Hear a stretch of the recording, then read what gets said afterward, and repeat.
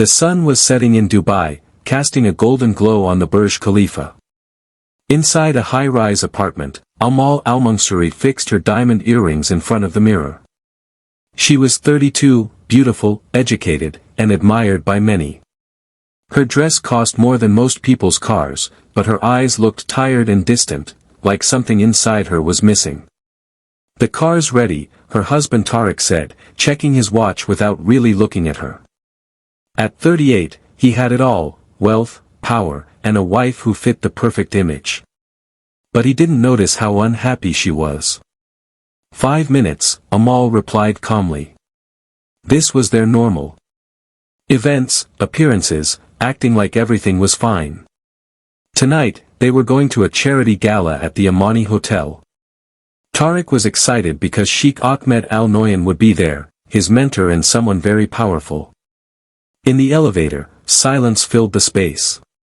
Amal thought about the painting she left unfinished in her secret art studio, the only place where she felt free in this beautiful but cold marriage.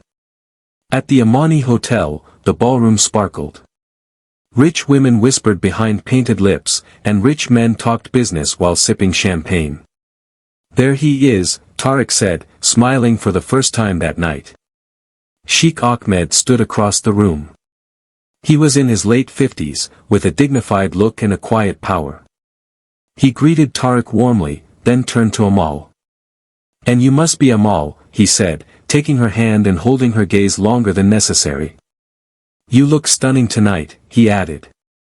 Amal's breath caught, not from attraction, but because he actually saw her. Not just the image. "You've donated to the Children's Art Foundation," he said. "Didn't know you were into art." Amal glanced at Tariq, who looked surprised. "How do you know that?" she asked. "I learn everything about the people I invest in," he said with a smile. He waved over a waiter. "Would you like to see the children's artwork we funded?" Before she could answer, Tariq's phone rang. "Business," he said. "Keep him company, Amal." The exhibition was quiet, away from the crowd. The paintings were raw and colorful, full of emotion. Amal's heart ached. They reminded her of freedom. "You're an artist," Sheikh Ahmed said. It wasn't a question. She froze. "How do you know?" "Your hands. The way you look at these paintings. The paint on your wrist, just under that bracelet," he said softly. She nodded. "My husband doesn't know." "Many things stay unspoken in marriage," the sheikh replied. "Men like Tariq sometimes miss what's right in front of them." "And what am I?" Amal asked, a little bolder now. "A bird with wings locked in a cage," he said, eyes still on hers. "I've watched you at many events. Always perfect, always quiet, but breaking inside. You don't know me. But I'd like to," he said. "I'm starting an art program for talented Emirati women. You'd be a valuable part of it." 2 weeks later, Amal found herself at Sheikh Ahmed's private palace. Tariq encouraged her to go, it looked good to his mentor. The palace was breathtaking, with old traditions blending into modern luxury. "These are amazing," Amal said, looking at rare books in the sheikh's collection. "Beauty knows beauty," he replied, stepping closer. "Tariq said your marriage was arranged," he added. "So was yours, I guess." Amal replied. He laughed. "Yes. My wife is young, but very wise. Like you, she plays her part well." "Is she happy?" Amal asked. "Happiness is something we often trade for comfort," he answered. "Show me your art." Amal slowly opened her sketchbook. Sheikh Ahmed stood close as she flipped through the pages. His hand brushed hers as he pointed at one of the drawings, a woman staring out a window into the wide desert. The sun sank behind the Dubai skyline, casting a golden glow on the Burj Khalifa. Inside a luxury apartment, Amal Al-Mansouri fastened her diamond earrings. She was 32, beautiful and refined, the picture of a perfect wife. But her eyes, staring into the mirror, held a quiet sadness that no riches could cover. Drivers waiting, her husband Tariq said, not even looking at her.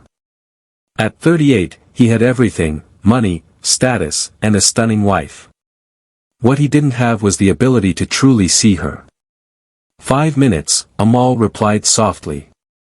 This was their routine: show up at events, smile for the cameras, pretend. Tonight, they were heading to a charity gala. Sheikh Ahmed, Tariq's mentor, would be there. That meant playing the role of the supportive wife again. As they rode the elevator, Amal thought of the painting she had left unfinished in her private art room, her only space that felt like hers in this cold, polished life. The gala was everything you'd expect: wealthy guests, glowing chandeliers, quiet gossip, and flowing champagne. There he is, Tariq said, lighting up as he spotted the Sheikh across the room. Sheikh Ahmed, in his late 50s, had a strong presence. His eyes met Amal's, and stayed there a moment too long. You look radiant, he told her. Not because he wanted her. He was too old. But he looked at her like she mattered. And that felt like something rare. You made a generous donation to the Children's Art Foundation, he said. Amal blinked. How do you know about that? I make it my business to know things, he smiled. He offered to show her the children's artwork. Before she could respond, Tariq's phone rang. Business, he said, already walking away. Keep the Sheikh company. The art room was tucked away, filled with colorful drawings by children.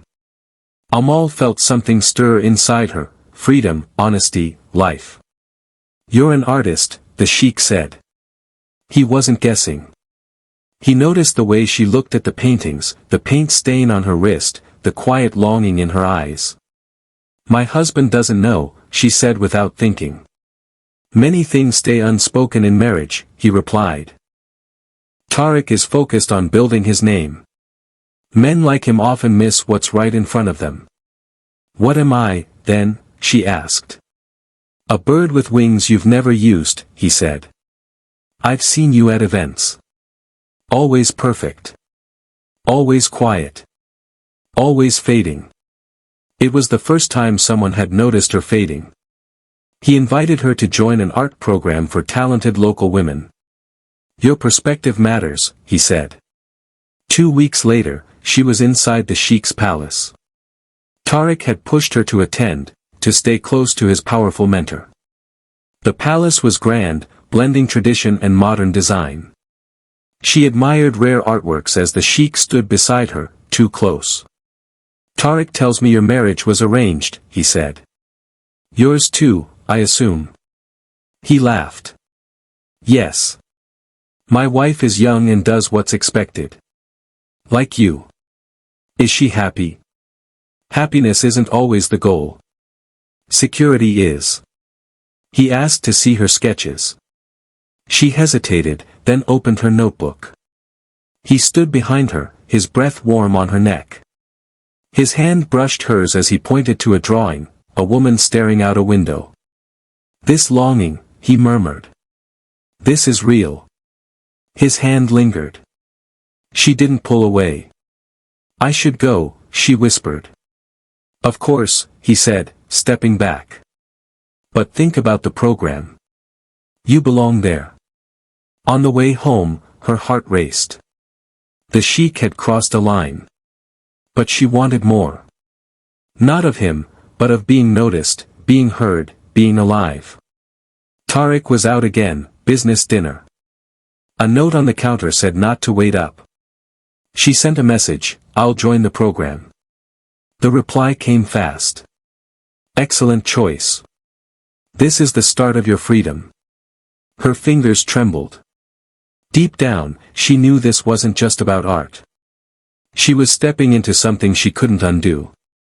The art sessions met every Wednesday. Amal told Tariq they ended at 4. The others left by 3. She stayed behind.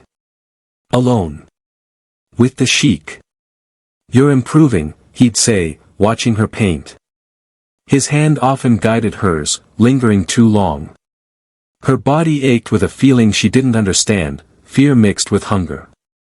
My husband thinks it's a harmless hobby, she said once. The Sheikh smiled darkly. He's a smart man. But not where you're concerned. She kept promising herself it would end. But each week, she went back.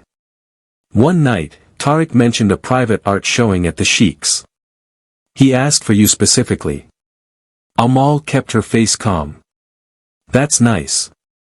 It's an honor, Tariq said, annoyed. That night, in the Sheikh's private gallery, he led her to a hidden room full of ancient art and poetry.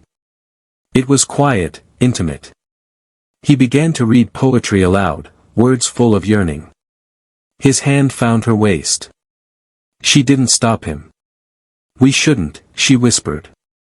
But we will, he said, and kissed her.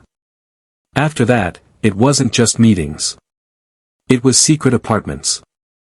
Coded texts. Private drivers. And long days wrapped in lies. Amal felt alive. Seen. Heard. Not just desired, but understood. He spoke to her like an equal, shared thoughts on life and beauty. Things Tariq never did. You've changed, Tariq said one night. Have I? You seem happier. This art thing was a good move. He went back to his phone. She exhaled. But not everyone was blind. At a luncheon, the Sheikh's young wife, Amira, watched Amal too closely. My husband's never cared for art, she said with a smile that didn't reach her eyes. It was his idea, Amal replied. He has many ideas. Most fade. Later, her sister Layla pulled her aside. You missed your nephew's birthday. I had a commitment. The art thing. With the Sheikh. Layla's eyes narrowed. Be careful. People talk. He lifts women up, then they vanish. Amal's heart pounded. That's gossip. Is it? Just, watch yourself. Amal tried to forget the warnings. Inside the Sheikh's arms, the world faded. But questions kept creeping in. One night, she asked, my sister says there were others. None like you, he said. But his eyes shifted. His smile felt too smooth. When she tried to stand, his grip tightened. Where are you going? Home. You're mine now, he said. The possessiveness that once thrilled her now chilled her. But she stayed. She let him hold her. Let herself believe his words. Then cried in secret prayers, torn between guilt and desire. 3 days later, she met him at his desert estate.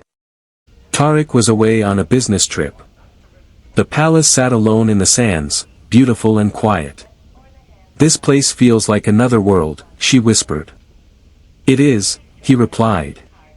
One where you belong to me. His voice had changed. Something darker lurked behind the charm. He raised a toast. To freedom. Amal looked into her glass. Is this freedom, she wondered. By the second day, the illusion begins to crumble. Sheikh Ahmed, who once promised her his full attention, now takes work calls during breakfast. He questions Amal about her messages, snatching her phone and scrolling through it without asking. When a waiter brings Amal's coffee just the way she likes it, the Sheikh snaps at him. You smiled at him, he says after the man leaves. I was being polite, Amal answers, confused by his sudden shift. His laughter is low and cold. You're too beautiful to be polite. Men see more than what you mean. Like you did. The words slip from her mouth before she can take them back. He grabs her wrist. Hard. Know your place, Amal, he growls. Know who you are. And who I am. For the first time, desire is replaced by fear. She sees it clearly now, he's not freedom. He's just another version of Tariq, only older, richer, and far more dangerous. She didn't escape her cage. She only entered one with stronger locks. On the third morning, Amal wakes to find herself alone in his bed. A message from Tariq lights up her phone. Flight landed early. Home tonight. Miss you. Panic floods her chest. She has to leave now. In the palace's cold, echoing bathroom, she splashes water on her face, steadying her breath. Then, she hears voices drifting in from the Sheikh's nearby office. The door is slightly open. She's becoming difficult, Sheikh Ahmed says. Like the others. There's a pause. Maybe it's time to end it. Her blood runs cold. Like the others. While he's in the shower, Amal rushes to his desk. One drawer is locked. She opens it with a simple twist of her hairpin. Inside, she finds a small leather journal. Names. Dates. Notes about women. Some she knows, painters, gallery regulars, women who vanished from Dubai's social scene without a trace. Her name is the last entry. With shaking hands, she photographs every page. She returns home before Tariq arrives and removes all signs of her absence. When he walks in, she greets him with a smile, places a kiss on his cheek, and asks about his trip. I missed you, he says, and for a moment, she sees something real in his eyes. I missed you too, she says, guilt pressing down on her chest. I left some papers in the study, he adds, heading upstairs. She freezes. Her sketchbook. The drawing she was working on, Sheikh Ahmed's face. Unmistakable. She rushes after him, but it's too late. He's standing by her desk, holding the sketch. His face pale. What is this? He asks, voice quiet, too calm. Just practice, she whispers. A sketch. Don't lie. He pulls out his phone and shows her photos, her entering Sheikh Ahmed's building, the two of them on the balcony. My driver works for me now, he says, his voice cracking. How long? She breaks. The loneliness. The silence. The way she felt invisible in their marriage. It all spills out. Tariq listens, angry at first, then stunned. With anyone else, he finally says, eyes dull. But him. My mentor. My friend. Amal lets out a bitter laugh. He uses you, Tariq. Just like he uses everyone. His expression hardens. Get out. Sheikh Ahmed's office is at the top of a towering skyscraper that bears his name. When Tariq storms past security, no one stops him. My friend, the Sheikh says smoothly, standing. This is unexpected. Tariq throws the photos onto his desk. You took everything from me. The Sheikh barely glances at them. Amal came to me willingly. Ask yourself why. You manipulated her, Tariq snaps. You manipulate everyone. And now, the Sheikh says, unbothered. You'll make this public. Shame your family. Destroy your company. He smiles. Or will you divorce her quietly and walk away with your pride? Tariq pulls out his phone. You don't get to set the terms anymore. I have evidence. About the others. For the first time, the Sheikh looks afraid. You're playing a dangerous game, he warns.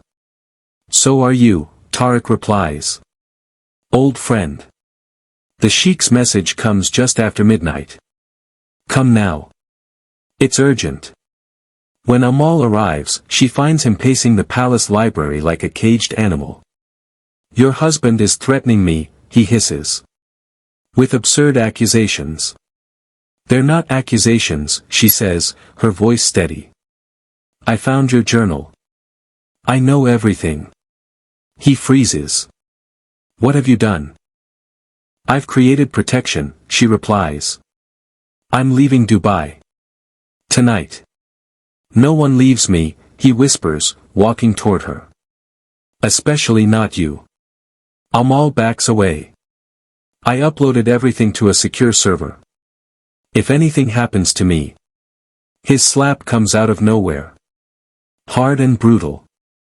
Her head jerks to the side. "You ungrateful bitch," he hisses. The mask is gone. The refined poet replaced by a furious, violent man. "After all I gave you. You gave me a new prison," she spits, blood in her mouth. His eyes are wild now. Unrecognizable. He lunges. She tries to run, but he grabs her, dragging her across the marble floor. "Delete it," he shouts. "Now." "Never," she gasps, struggling. They fall into chaos. Her hands claw at him. His around her throat. She reaches blindly, grabs a heavy crystal sculpture, swings. He blocks her. Twists her arm. She screams. Her body crashes into the marble railing. A sharp crack. Pain floods everything. Then black. The last thing she sees is his face above hers, shocked, then cold, calculating, as her blood spreads across the pristine marble. He stares at her body. Calm replaces rage. He touches his face where she scratched him, then dials a number, not his regular phone. "We have a situation," he says. Level 1. Within 20 minutes, 3 men arrive through a side entrance. No questions. They've done this before. She was admiring the sculpture, the Sheikh says. It was an accident. A fall. They get to work. Her body is moved. The blood cleaned. The statue that struck him is dissolved in acid. Security footage is wiped. His face is patched with expert makeup. "New clothes, sir," one man says, gesturing to the blood on his sleeve. By the time palace staff are alerted, the scene is perfect. At 2:17 a.m., Tariq gets the call. Still awake, still reeling, he hears the calm voice of Sheikh Ahmed's head of security. There was an accident. She fell. The staircase near the art collection. She was gone before help arrived. Tariq collapses. He never wanted this. Not death. Not Amal. "I'm coming now," he says, barely able to speak. "Perhaps wait until morning," the voice suggests gently. Religious protocols. He understands. They need time to bury the truth. When Tariq finally arrives, the palace is a careful stage. Officials speak quietly. The doctor doesn't ask hard questions. And Sheikh Ahmed, with a solemn face, pulls him into a tight embrace. Like a grieving friend. A terrible tragedy, Sheikh Ahmed says softly, his voice thick with solemnity. She was admiring the Andalusian installation. The marble may have been slippery. Tariq can barely move. His eyes are locked on the white sheet covering Amal's lifeless body, now neatly arranged on the palace floor. A police captain steps beside him, speaking with calm sympathy. "Such a loss.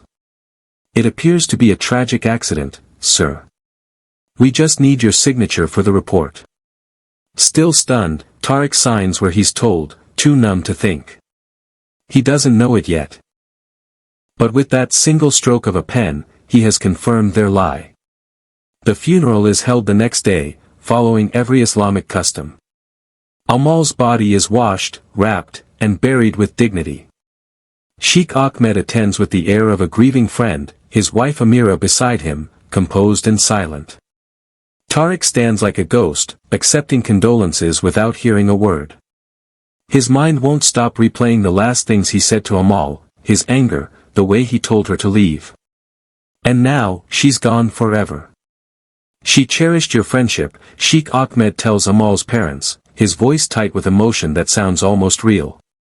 Tariq watches him perform sorrow like a seasoned actor. Grief burns in his chest, but so does suspicion. Still, what can he say?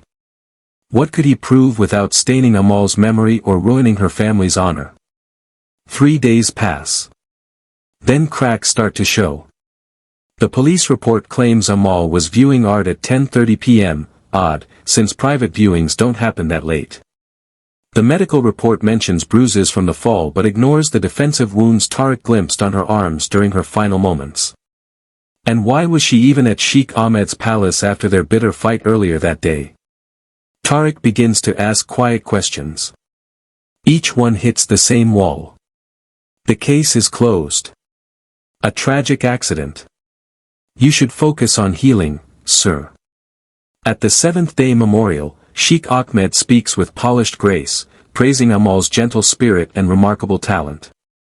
The guests nod solemnly. Some women wipe away tears. But not Amira. She watches her husband the way a hawk watches a snake. When she approaches Tariq, her smile is smooth, but her voice is sharp with meaning. Some accidents, she murmurs, are very well timed. Her tone doesn't change. My husband's life has been full of fortunate accidents. Before Tariq can respond, she presses a small key into his hand and whispers. Her studio. Behind the easel. The vent. Then she turns away as if nothing had happened. Later that night, Tariq unlocks Amal's private art studio. He steps into the space she had guarded, where canvases still smell of paint and turpentine. He follows Amira's instructions and removes a loose panel behind her easel. Inside is a red leather journal. He sits down on the paint-speckled floor and opens it. Amal's voice comes alive in her handwriting, pages of honest, painful reflections. Her affair with Sheikh Ahmed. How he made her feel seen at first, and then small. Her growing fear. The names of other women. Stories of manipulation, of control, of silence. And then, the last entry. Dated the day she died. He knows I have proof. He says I belong to him. I've backed up everything, his threats, the journal scans, the names. If anything happens to me, the password is the date we first met plus the word freedom. I'm leaving tonight. Maybe Tariq will forgive me someday. Tariq closes the journal, trembling. Surrounded by pieces of the woman he'd failed to protect. He weeps for her, for them, for everything he never saw. But when the tears stop, a new feeling takes over, resolve. He's not powerful. Not like Sheikh Ahmed. But he has something even more dangerous now.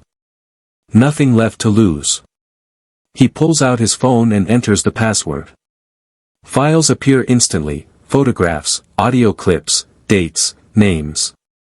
Enough evidence to burn the Sheikh's empire to the ground. I'll make this right, Amal, he whispers. Whatever it takes. Justice in Dubai is not swift. Nor is it simple. It serves the powerful, bends to money, hides behind influence. But even in this gilded world, honor still exists, and sometimes, it demands a reckoning. Tariq knows the official path is closed to him. The Sheikh's reach is too long, too deep. But other roads exist. Darker ones. And he's willing to walk them. The first person to help him is the last one he expected. Amira. She arranges to meet him quietly at her cousin's home, far from her husband's spies. Why help me? Tariq asks, guarded but grateful. Amira's expression hardens. This wasn't his first accident. 3 years ago, a cousin of mine, an artist, ended things with him. We were told she moved to London. She pauses. But I found her buried in our family plot.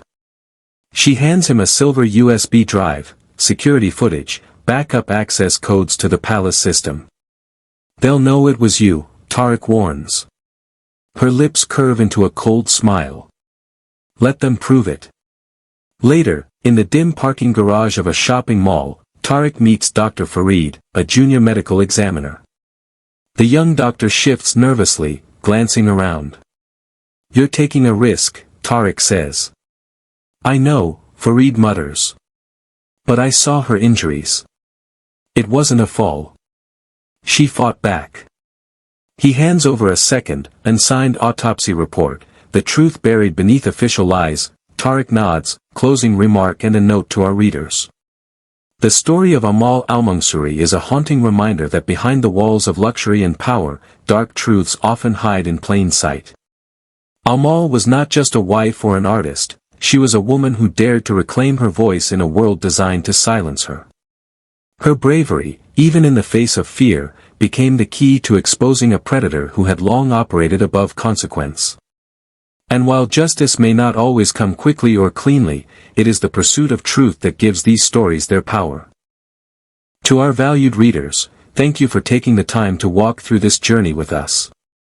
Your engagement fuels the purpose behind these narratives, not just to entertain, but to educate, reflect, and sometimes even inspire action. Please remember, this content is crafted for learning and awareness. True crime stories like Amal's are meant to shed light on systemic failures, patterns of abuse, and the resilience of those caught within them. They are not for sensationalism, but for understanding the world we live in, its dangers, its injustices, and the strength of those who seek truth. We encourage you to stay with us, explore more true crime stories from this channel, and continue questioning the surface of what is seen and what is told. Every case has something to teach us. Until next time, stay curious, stay thoughtful, and never stop seeking the truth.